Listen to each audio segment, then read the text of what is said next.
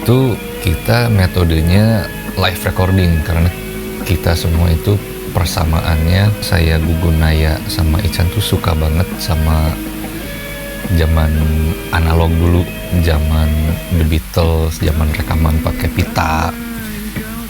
Itu zaman ketika kalau kamu rekaman salah, kamu ulangin lagi, bukannya ditambah.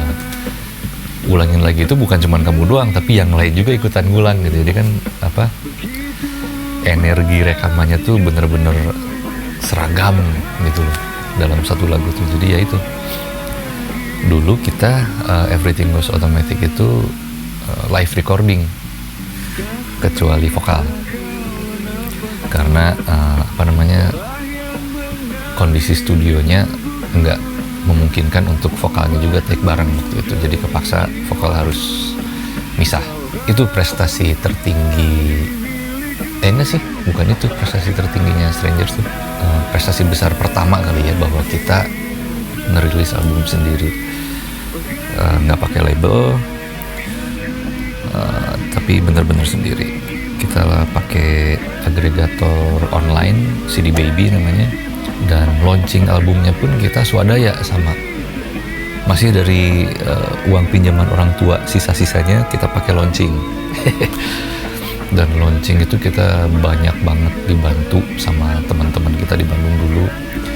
Ada Bule, Rizky Amalia, terus ada Jono yang jadi MC, ada Baso yang bantu desain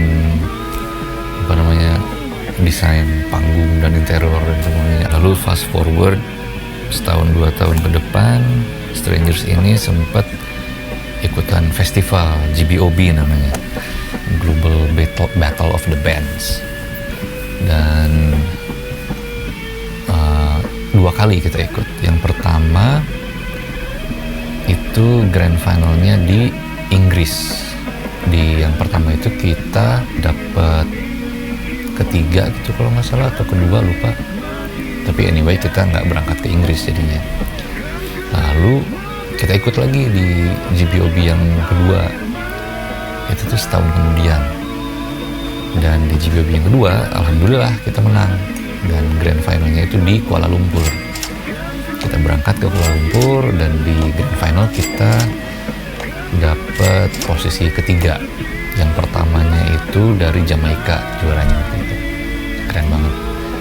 Itu pengalaman yang oke banget lah itu. Perdana ke luar negeri saya itu sama Strangers. Jadi kalau dirangkum, saya itu sama Berat dan Strangers itu dari tahun 2000. Tahun 2000 di Studio 42 hingga akhirnya rilis album tahun 2008. Lalu GBOB, lalu ada rilis single Bonfire itu di tahun 2012 kalau nggak salah ya. Nah, seperti pemuda-pemudi kebanyakan, ya pastilah saya pun berharap kalau band saya itu bisa meledak, bisa berhasil. Dan kategori berhasil itu kalau rata-rata artinya itu sering manggung, artinya itu lagunya sering di request di radio, terus fanbase-nya banyak, yang gitu-gitu kan standar.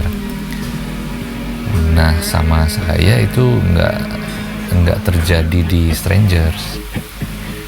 Jadi kita semua memang lumayan dapat pukulan berat realita gitu, bahwa nggak semua yang kita rencanain itu bisa seluruhnya kejadian. Jadi ceritanya prestasi Strangers sayangnya nggak cukup untuk bikin semua personil Strangers itu tetap di Strangers, tetap bekerja di Strangers gitu loh. Karena ya kan semakin lama kita itu semakin tua, terus kita itu semakin lama semakin punya tambahan tanggung jawab, ya ada yang ketemu sama berumah tangga misalnya, atau ada yang misalnya punya prioritas lain gitu, kayak kerjaan lain, macam-macam itulah. Jadi memang untuk tetap di musik itu nggak mudah sih. Kayaknya ini berlaku hampir untuk semua musisi yang masih bermusik itu. Kayaknya cerita ini tuh bukan cerita yang baru deh. Jadi setiap musisi tuh punya cerita perjuangan mereka. Dan cerita perjuangan saya adalah patah hati pertama saya di Strangers. Jadi saya tuh dulu patah hati sekali bahwa Strangers itu enggak yang manggung seminggu 3 kali gitu loh. Terus enggak yang lagu-lagunya tuh enggak yang terus diputar di radio dan begitu gitu. Dan kenyataannya adalah dulu saya sempat denial juga gitu, bahwa saya terus-terusan ngajak teman-teman tuh, ayo kita latihan seminggu sekali. Cuman kalau mau realistis, latihan tuh buat apa gitu kan, harus ada tujuannya gitu. Apakah buat manggung, apakah buat rekaman materi baru untuk memotivasi diri dan memotivasi teman-teman seband itu. Kalau kenyataannya memang lagu kamu nggak terlalu ngehits, itu emang berat, emang susah. Jadi ya pelan-pelan si Strangers juga yang awalnya rajin latihan seminggu sekali, akhirnya jadi 2 minggu sekali, terus akhirnya sebulan sekali, dan akhirnya cuma briefing doang gitu loh. Dan ya dari situlah saya mulai, nggak sengaja juga, saya dari situ mulailah ngamen, mulailah bawain cover lagu orang lagi. Nggak sengaja, nggak diniatin, tapi karena memang saya seneng banget main bass juga ya. Jadi alasan apapun yang bikin saya main bass, ya saya ambil gitu loh. Kebetulan waktu itu bukan manggung sama Strangers, tapi ngamen di restoran, ngamen di cafe. Dan titik terendah saya itu dulu dalam soal bayaran manggung di restoran itu, saya pernah ngamen berempat, bayarannya 100.000 untuk berempat, dan itu tuh untuk 2 sesi. 2 sesi itu jadi 2 jam.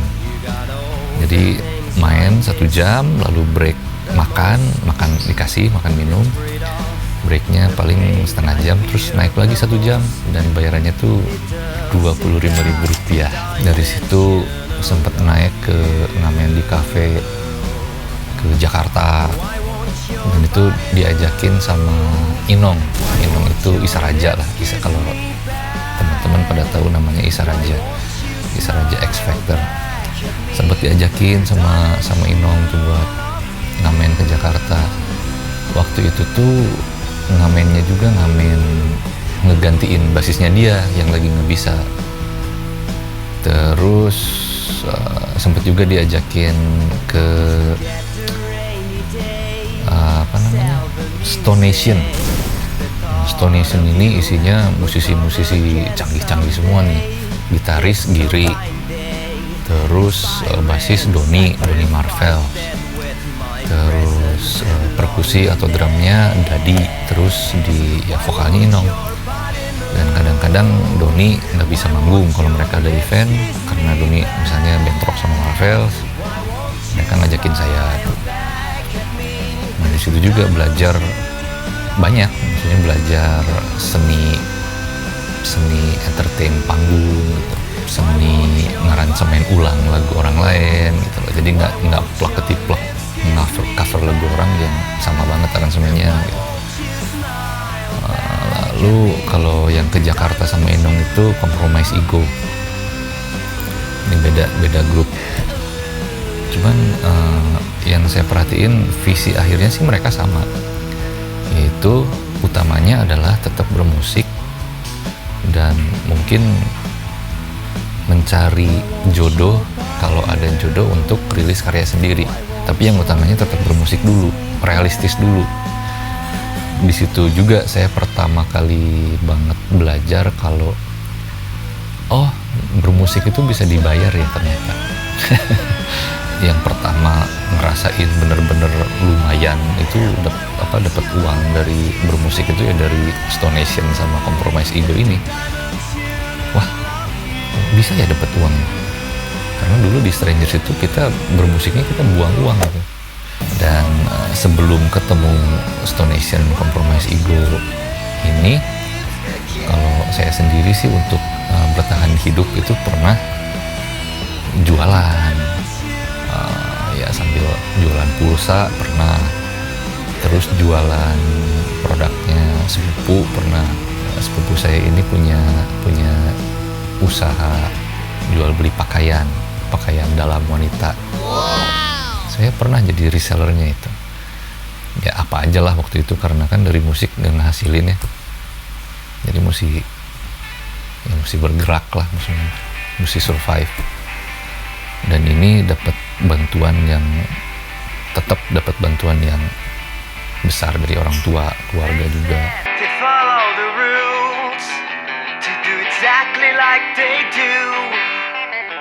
They told me I'm losing my mind, which is the one I should have now. Sempet saya awalnya anti ngecover lagu orang gitu, nggak mau malah. Cuman pada akhirnya si antinya saya ngecover itu luluh, terutama karena saya senang main bass gitu. Jadi kalau ngecover lagu ini ngasih saya alasan untuk terus main bass, ya kenapa enggak sih gitu.